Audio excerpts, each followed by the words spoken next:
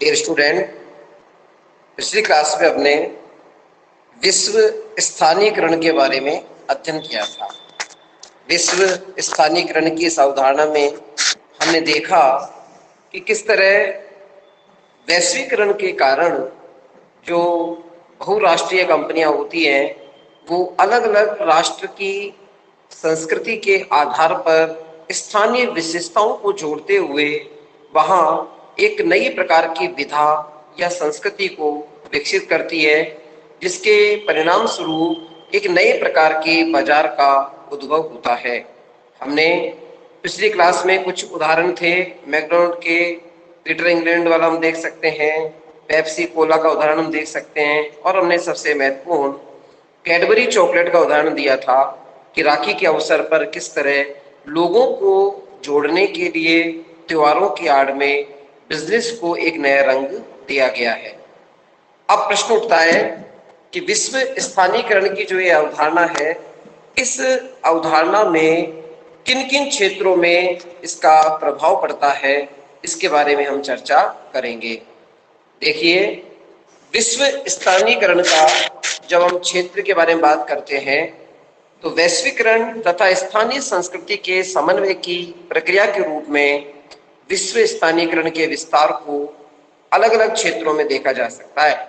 इन क्षेत्रों का संबंध मुख्य रूप से नंबर 1 व्यापार, नंबर 2 शिक्षा, नंबर 3 संचार, नंबर 4 समाज कल्याण और नंबर 5 आधुनिकीकरण के रूप में हो सकता है।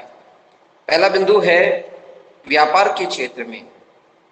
विश्व स्थानीयकरण की प्रक्रिया जो जापान में आरंभ हुई थी, जिसके बारे में हमने बताया था कि व्यापार और विपणन की एक प्रक्रिया के रूप में उसका विस्तार अब पश्चिम के सभी विकसित देशों में हो चुका है।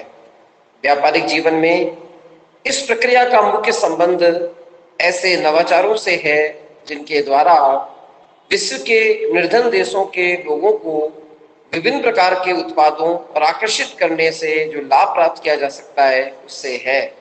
इस तरह के उत्पादों में कोई स्थानीय प्रासंगिकता नहीं होती।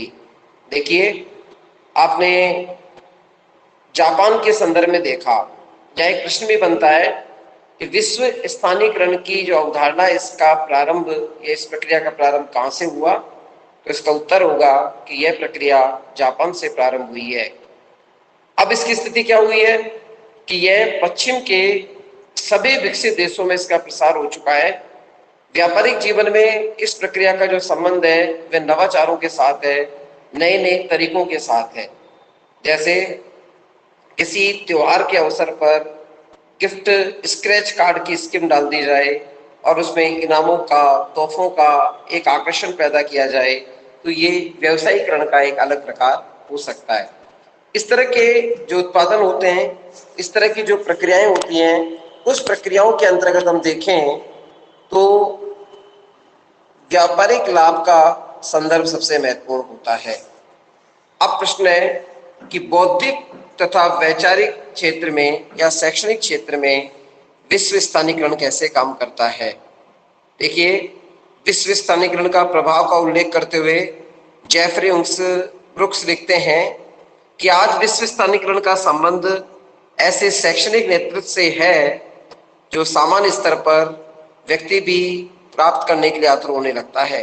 उन्होंने शैक्षणिक नेतृत्व को एक अलग प्रकार से विभाजित किया, राजनीतिक शिक्षा के रूप में, आर्थिक शिक्षा के रूप में, सांस्कृतिक शिक्षा के रूप में, नैतिक शिक्षा के रूप में, प्रशिक्षण फ्री शिक्षा के रूप में, सूचना संबंधी प्रबंधकीय शिक्षा, धार्मिक शिक्षा व सामाजिक जीवन की शिक्षा, ऐसे 9 इसके टाइप्स हैं। शिक्षा के सभी रूप समान रूप से महत्वपूर्ण है। एक वैश्विक प्रक्रिया के रूप में इस तरह का पाठ्यक्रम तैयार किया जाता है जिससे एक बड़ी संख्या में लोग इन्हें व्यापारिक या व्यवसायिक जीवन का आधार बनाकर अंतर्राष्ट्रीय क्षेत्र की प्रतिस्पर्धा में आगे बढ़ सके। इन पाठ्यक्रमों का आधार इस तरह से व्यवस्थित होता है कि वो व्यवहार में उपयोगी हो सके। देखिए, इस बिंदु को समझने के लिए आप अपने दिमाग में रखिए, विश्व स्थानीयकरण का बौद्धिक और शैक्षणिक क्षेत्र में किस तरह उपयोग हो रहा है। मैं थोड़ा किताब की लैंग्वेज से अलग होकर अपने व्यक्तिगत उदाहरणों से इसको समझाने का प्रयास करता हूँ। आज हम भारत का उदाहरण लें और किसी भी शिक्षा पद्धति के बारे में जब चर्चा की जाती है तो ये प्रश्न उठता है, क्या वर्तमान समय में मैकाले के द्वारा प्रतिपादित शिक्षा प्रणाली क्या उचित है? इसके माध्यम से क्या सही प्रकार से मार्गदर्शन हो रहा है?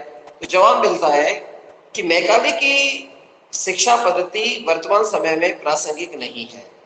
आज इसका आधार जो है वो उतना महत्वपूर्ण नहीं है, क्योंकि जब तक हम अकादमिक शिक्षा के रूप में कोई नया कार्य प्राप्त नहीं करेंगे, अकादमिक शिक्षा के आधार पर हम कोई नई नवाचार का प्रयोग नहीं करेंगे, आज का विद्यार्थी भारतीय संदर्भ में आगे नहीं बढ़ सकता। वो जमाना भी नहीं है कि हम वेदांतर या फिर धर्म ग्रंथों का ही केवल अध्ययन कर पाए। आज के परिप्रेक्ष्य में यदि भारत में विश्व स्थानीकरण का शिक्षा के क्षेत्र में यदि प्रयोग होगा तो आप समझ सकते हैं कि यहाँ एक तरफ इंजीनियरिंग की शिक्षा भी दी जाएगी, साथ के साथ उन बच्चों को ऐसा पाठ्यक्रम भी तैयार किया जाएगा तो यहाँ की स्थानीय संस्कृति के आधार पर योग से संबंधित हो। यानी एक इंजीनियरिंग कॉलेज में या मेडिकल कॉलेज में अभियांत्रिकी और शल्य चिकित्सा के साथ साथ यदि हम प्राकृत भाषा संस्कृत भी सिखाएं, योग भी सिखाएं, यहाँ की महत्वपूर्ण सांस्कृतिक धरोहर के बारे में परिचय प्रदान करें, तो ये बौद्धिक क्षेत्र में विश्व स्थानीयकरण होगा। इसी का संदर्भ यदि मैं नेपाल और भूटान के रूप में देखूं तो नेपाल भूटान में शिक्षा के क्षेत्र में ऐसे पाठ्यक्रम बने जाएंगे जहां पर चिकित्सा संस्कृति के अतिरिक्त बौद्ध धर्म को भी जोड़ा जाएगा, क्योंकि बौद्ध धर्म हिंदूवादी विचारधारा से थोड़ा सा मिलता जुलता स्वरूप है जो नेपाल और भूटान में व्यापक पाया जाता है। तो वहाँ की स्थानीय संस्कृति बौद्ध धर्म से जुड़ी हुई है। वहाँ पाठ्यक्रम में यदि इस तरह का कोई बदलाव होता है तो यह शिक्षा के क्षेत्र में विश्व स्थानीयकरण का उदाहरण होगा। अब तीसरा बिंदु आता है संचार का।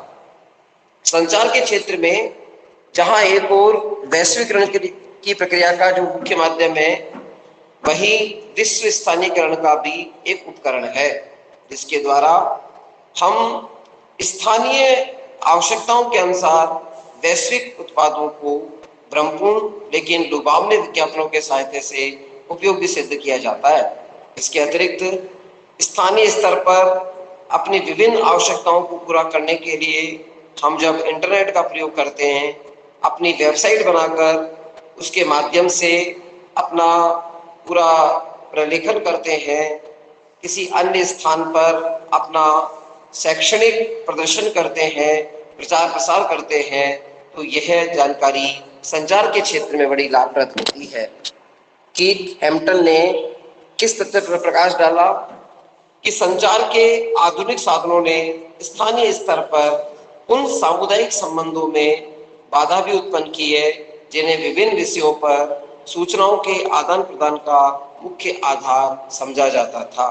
इसका मतलब ये है कि हैम्पटन ये कहता है कि संचार के आधुनिक साधन के रूप में स्थानीय स्तर पर सामुदायिक संबंधों में एक विशेष प्रकार के आदान प्रदान की व्यवस्था है।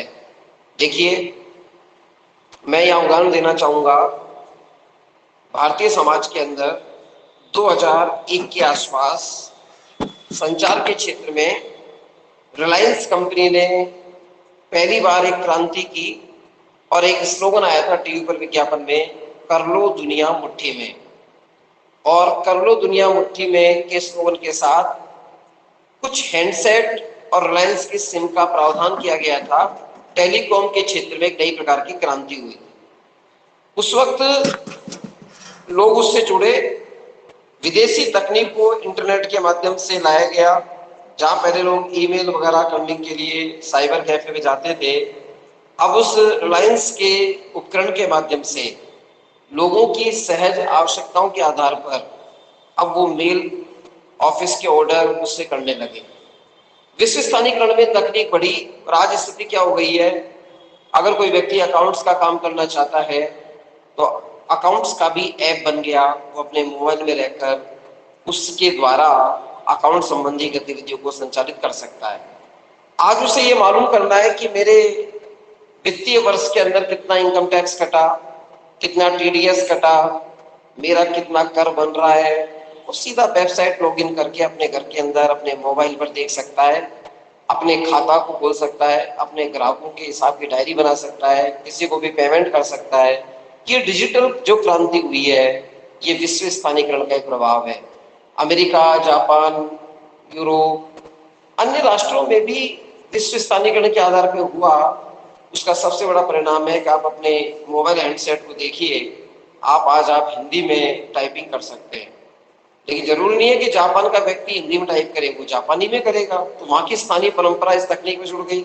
चीनी व्यक्ति चीन के अंदर टाइप कर सकता है अपनी चीनी भाषा में, और अब तो उसमें भी और क्लासिफिकेशन हो गया। हम भारत में रहकर यदि उड़ीसा में रह रहे हैं तो उड़िया भाषा में मैसेज डाल सकते हैं, कर्नाटक में है तो तेलुगु में डाल सकते हैं, गुजराती में डाल सकते हैं। यानी उस तकनीक के माध्यम से हमने स्थानीय संस्कृति का प्रभाव उसमें डाला, और उसकी वजह से आज संचार के क्षेत्र में वैश्वीकरण पूरी तरह जुड़ चुका है। कीथ हैम्पटन का नाम संचार के क्षेत्र में विशेष सम्मान के साथ दिया जाता है। चौथा बिंदु है सांस्कृतिक समरूपता। कल्चरल होमोग्रेनिटी एक ऐसा क्षेत्र है जिसके द्वारा अनेक लेखकों ने विश्व स्थानीयकरण के मुख्य प्रभाव को स्पष्ट किया। उनका यह मानना था कि विश्व स्थानीयकरण की प्रक्रिया का तात्पर्य बहुराष्ट्रीय संगठनों के द्वारा स्थानीय संस्कृति के अनुसार वस्तुओं और सेवाओं का प्रयोग करना नहीं है, बल्कि इसका संबंध उस सांस्कृतिक समरूपता को भी प्रोत्साहन देना है जो व्यवहार के विभिन्न तरीकों जैसे खान पान, वेशभूषा, शिष्टता, संस्कृति, मूल्य, लैंगिक संबंध, उनके आयोजन, तरह तरह की कलात्मक प्रस्तुतियां, वैज्ञानिक एवं पारिवारिक संस्थाओं के परिवर्तन आदि के रूप में देखने को मिलती है। विश्व स्थानीयकरण से उत्पन्न होने वाली सांस्कृतिक समरूपता कितनी लाभप्रद रहेगी, कितनी हानिकारक रहेगी, यह एक अलग से बिंदु है। परंतु व्यवहारिक रूप से विश्व स्थानीयकरण ने एक ऐसी वैश्विक संस्कृति को विकसित करने में योगदान दिया है जिसका संबंध स्थानीय संस्कृति में होने वाले परिवर्तनों से है, जिसे हम साधारणतः आधुनिकीकरण से संबंधित मानते हैं। देखिए, सांस्कृतिक समरूपता जो है उसमें विश्व स्थानीयकरण का एक अलग क्षेत्र है। आज हम खान पान, वेशभूषा, शिष्टता, सांस्कृतिक मूल्य, लैंगिक संबंध आदि की बात करें तो इसमें एक विशेष प्रकार की समरूपता को प्रोत्साहन मिला है। जैसे रेस्टोरेंट में आप गए तो आजकल मल्टीनेशनल कंपनियों ने क्या सिस्टम किया, पहले आप ऑनलाइन पेमेंट करके टोकन ले लीजिए, टोकन के द्वारा आप जो भी वस्तु का टोकन देंगे आपको वस्तु बना के दे देगा। आप सेल्फ सर्विस करके उसे खुद लेके जाएंगे, अपनी टेबल पे खाना खाएंगे और उसको डस्टबिन में डाल के आएंगे। बड़े बड़े आइसक्रीम पार्लर्स में पहले भुगतान के बाद आइसक्रीम आपको मिलेगी, आइसक्रीम खाने के बाद उसकी जो अपशिष्ट है उसको आप डस्टबिन में डाल के आएंगे। एक सिस्टम फॉलो हो रहा है।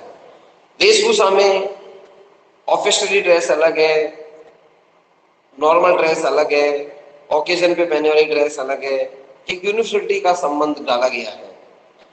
हमारे बोलने के तरीके, लहजे में विनम्रता, हेलो हाय करने के तरीके, अभिवादन के विभिन्न स्वरूप, हमारे महिलाओं के साथ बोलने के तौर तरीके, पुरुषों के साथ अंत्यक्रिया करने के तौर तरीके, इनमें वैश्विक आधार पर सांस्कृतिक विशेषता पाई जाती है। बड़ा अच्छा लगता है जब कोविड-19 के प्रभाव से जब सोशल डिस्टेंसिंग की बात आती है और जब कोई विदेशी पर्यटक हमारे यहाँ आए और दोनों हाथ जोड़कर हमें नमस्ते करता है, जबकि उसकी मूल संस्कृति हाथ मिलाने की है, तो यहाँ नमस्ते करना इस आधार पर महत्वपूर्ण है क्योंकि उसने भारतीय संस्कृति को वैश्वीकरण के विश्व स्थानिक स्वरूप में शामिल कर दिया है। ये वैश्विक संस्कृति विकसित होती रहती है जिसके द्वारा स्थानीय परंपराओं को भी महत्व मिलता है, विशिष्ट प्रकार के प्रक्रमों को एक नया प्रोत्साहन मिलता है और एक सांस्कृतिक समरूपता का दृश्य देखा जा सकता है। पांचवें बिंदु के रूप में समाज कल्याण के क्षेत्र में विश्व स्थानीयकरण के प्रभाव का उल्लेख करते हुए फिलिप फॉग नामक विद्वान लिखते हैं कि समाज पर वैश्वीकरण ने जहां कुछ प्रभाव हानिकारक होते हैं, समाज कल्याण के रूप में विश्व स्थानीयकरण को एक स्थानीय अर्थव्यवस्था की प्रक्रिया के रूप में देखा जा सकता है। इसका संबंध विभिन्न देशों के व्यक्तियों को विभिन्न प्रकार के मानवीय और सामाजिक संरक्षण देने से है। इसका तात्पर्य है कि वैश्वीकरण से स्थानीय अर्थव्यवस्था तथा सरकार की प्रभुसत्ता की कुछ हानि होने के बाद भी सामान्य बेरोजगारी और निर्धनता बढ़ने की संभावना रहती है। इसके विपरीत विश्व स्थानीयकरण के द्वारा सामान्य नागरिकों के उपयोगी संरचनाओं को विकसित किया जाता है। स्थानीय क्षमताओं में वृद्धि करके अनेक समस्याओं का समाधान प्राप्त करने का अवसर मिलता है। इसके अतिरिक्त शिक्षा, कलात्मक रुचि का विकास होने के साथ साथ सामाजिक सेवाओं में व्यक्ति के सहभागी होने की प्रेरणा मिलती है। इस दृष्टिकोण से ये एक ऐसा आधार है जो वैश्वीकरण से उत्पन्न होने वाली अनेक समस्याओं की क्षतिपूर्ति तो करता ही है, दूसरा नए सिरे पर सांस्कृतिक प्रतिमान विकसित करने की जो परंपरा है उसका इसमें एक नवीन प्रकार का अवसर प्राप्त होता है। यहाँ ध्यान देने योग्य बात यही है कि इस विधि के अंदर विश्व स्थानीयकरण व्यापार उद्योग क्षेत्र को तो प्रभावित कर ही रहा है, साथ के साथ एक नई प्रकार की सांस्कृतिक संरचनाओं को विकसित कर रहा है जो वैश्वीकरण के पेड़ के नीचे छोटे पौधे के रूप में विकसित होती है। ये तो अपना वैश्वीकरण का आधार था। इसमें आपने देखा बौद्धिक आधार पर, व्यापार के आधार पर, अन्य संचार के क्षेत्र में विशेष रूप पर, अर्थव्यवस्था के रूप में काफी क्षेत्रों में इसका अध्ययन किया गया। अब इससे मिलते जुलते एक अवधारणा है जिसको बोलते हैं GLOBALISM, ग्लोबलिज्म या ग्लोबलिज्म, विश्ववाद। विश्ववाद से संबंधित किसी भी विवेचना के आरंभ में हमें यह ध्यान रखना आवश्यक है कि अलग अलग विद्वान, चाहे वो समाजशास्त्री हो, अर्थशास्त्री हो, इसने विश्ववाद की अवधारणा को एक दूसरे से बहुत भिन्न रूप में स्पष्ट किया है। जहां समाजशास्त्रियों की बात है, इस शब्द का उपयोग बहुतायत से करने के आधार पर है। इस बारे में कोई एक मत नहीं है कि विश्ववाद से हमारा तात्पर्य क्या होगा। वैश्वीकरण का संबंध जहाँ एक और मुख्य रूप से आर्थिक क्षेत्र में विश्व के एकीकरण से है, वही विश्व स्थानीयकरण का मुख्य अभिप्राय सांस्कृतिक एकीकरण के साथ है। इसमें भिन्न विश्ववाद से संबंधित अनेक लेखों से आर्थिक, सांस्कृतिक, राजनीतिक, सैनिक, पर्यावरणीय जैसे क्षेत्रों में जोड़कर स्पष्ट करने की प्रवृत्ति देखने को मिलती है। कुछ लेखक यह मानते हैं कि वैश्वीकरण तथा विश्व स्थानीयकरण की तरह विश्ववाद एक नई अवधारणा है तथा समाज विज्ञानियों ने इसका उपयोग 1980 के बाद आरंभ किया प्रयोग करना। इसके विपरीत बहुत से लेखकों का विचार है कि विश्ववाद की अवधारणा बहुत प्राचीन है। यद्यपि इसकी प्रकृति में परिवर्तन होता रहता है, लेकिन थॉमस फ्रीडमैन लिखते हैं कि आज हम विश्ववाद की जिस अवधारणा की बात करते हैं, अपने वास्तविक और प्रकारात्मक रूप से पिछले 2500 वर्षों से अधिक पुरानी अवधारणा है। यदि हम विश्ववाद के सांस्कृतिक व धार्मिक पक्ष को देखें तो इनका संबंध एक विशेष प्रकार से प्रसार के रूप में देखने को मिल सकता है, जो ईसा से 5वीं शताब्दी पहले उत्तर भारत से चीन, जापान, पूर्वी एशिया व अनेक देशों की ओर होना शुरू हुआ था। विश्ववाद का राजनीतिक तथा सैनिक रूप प्राचीन रूप से भारत में 322 से 185 वर्ष ईसा पूर्व के मौर्य साम्राज्य तथा चीन से 206 ईसा पूर्व से 220 के मध्य है। चीनी यात्रियों के वर्णन में इसको देखा जा सकता है। यह सभी ऐसे संबंधों को व्यक्त करता है जिनका संबंध अपने देश की सीमाओं से बाहर निकलकर एक बड़े क्षेत्र में विस्तार को प्राप्त हुआ। इस तरह विश्व के एक बड़े हिस्से में राजनीतिक तथा सांस्कृतिक एकीकरण को एक नया अर्थ प्रदान किया गया है। आर्थिक क्षेत्र में विश्ववाद की अवधारणा नई नहीं है। चीन ने आज से बहुत समय पहले अपनी देश की सीमाओं से दूर अलग अलग हिस्सों में सिल्क के व्यापार को बढ़ाया था। भारत में अगर हम मौर्य साम्राज्य की बात करें, गुप्त साम्राज्य की बात करें, तो नौकायन के द्वारा सुदूर देशों में मसाले, मलमल, जरी के वस्त्रों का व्यापार किया जाता था। ये उन्हीं विशेषताओं से आभूत विशेषता है जिसमें विश्ववाद के प्रमुख लक्षण के रूप में हम इसे देख सकते हैं और एक नई अवधारणा के रूप में इसे विकसित कर सकते हैं, जिसका संबंध कहीं ना कहीं एक ऐसे लक्षण के रूप में है जो एक नई प्रवृत्ति को व्यक्त करता है। देखिए, विश्ववाद जो है ये वैश्वीकरण और विश्व स्थानीकरण से अलग है। इसका प्रारंभ प्राचीन माना गया है। भारत में भी नौकायन के माध्यम से जो व्यापार होता था, उस व्यापार का संबंध इसके साथ है। और थॉमस फ्रीडमैन का तो कथन है कि अपने वर्तमान अर्थ में विश्ववाद की अवधारणा विभिन्न समाज विज्ञानों के प्रयोग जो 1980 के दशक से आरंभ हुए हैं, उनके प्रति सामान्य जागरूकता है, जो 1990 के बाद की स्थिति को व्यक्त करता है। आज बहुत सी शोध पत्रिकाएं, पुस्तकें, बौद्धिक साहित्य, मानविकीय विभागों द्वारा विश्वास शब्द का उपयोग सैद्धांतिक तथा विश्लेषणात्मक विवेचनाओं से बहुतायत के साथ होने लगा है, लेकिन इससे संबंधित वास्तविक अर्थ अवधारणाओं को अभी तक पूरी तरह स्पष्ट नहीं किया गया है। इस परस्पर विरोधी कथनों की जो विश्ववाद की संबंधित विशेषता है, इसमें भ्रमपूर्ण देखा जाता है।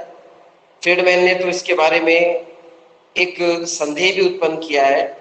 इस अर्थ में हम कह सकते हैं कि विश्ववाद एक समकालीन संस्कृति का एक ऐसा आधार है जिसमें विशेष लक्षणों से युक्त अध्ययन को किया जाता है। देखिए, जो ये विश्ववाद की अवधारणा बताई गई है, इसका संबंध वैश्वीकरण और विश्व स्थानीकरण से अलग है। आप इसको यूं समझिए, अलग अलग क्षेत्र में, चाहे कला हो, संस्कृति हो, धर्म हो या विज्ञान हो, अगर कोई संस्कृति का प्रसार होता है तो वो अर्थ विश्ववाद के रूप में देखा जा सकता है। भारत की जब खोज की गई, भारत के लोग यहाँ कुछ विशेष प्रकार की संस्कृति के साथ रहते थे। विभिन्न प्रकार के द्वीपों पे जनजातियां जो रहती हैं, एक उनकी अलग दुनिया है। अब उनके साथ यदि हमारा सामाजिक संपर्क होता है, भौतिक संपर्क होता है, हमारी भौगोलिक दूरियां कम होकर उनके बीच में हम अंतःक्रिया करते हैं, तो हमारी संस्कृति उनकी संस्कृति से मिलती है, उनके विशिष्ट तथ्य हमारी संस्कृति से शामिल होते हैं और इस तरह इनका मिलना एक नए अर्थ में, नए स्वरूप में सामाजिक समरसता को प्रकट करता है। ये सामाजिक समरसता उस तथ्य का प्रमाण है जो वैश्वीकरण का ही एक पार्श्व रूप माना जाता है। वैश्वीकरण की इस परिभाषा और विश्ववाद के इस प्रारूप के अंतर्गत हम अलग अलग संदर्भ देख सकते हैं। मैं अगली क्लास में इसे और स्पष्ट करते हुए विश्ववाद को हम कैसे परिभाषित करेंगे, इसके लक्षण क्या होते हैं तथा वैश्वीकरण, विश्व स्थानीकरण और विश्ववाद में क्या तो समानताएं हैं और क्या इनके बीच में हम अंतर स्थापित कर सकते हैं, इनका संदर्भ देखेंगे। आप इसे ध्यान से समझें। बाद में इसका वीडियो आ भी जाएगा ऑफलाइन, वहाँ सुनकर भी इसमें आप समझने का अर्थ निकाल सकते हैं। पीडीएफ मैं ग्रुप में भेज चुका हूँ, उसको भी पढ़कर आप अपना संदर्भ निकाल सकते हैं। धन्यवाद।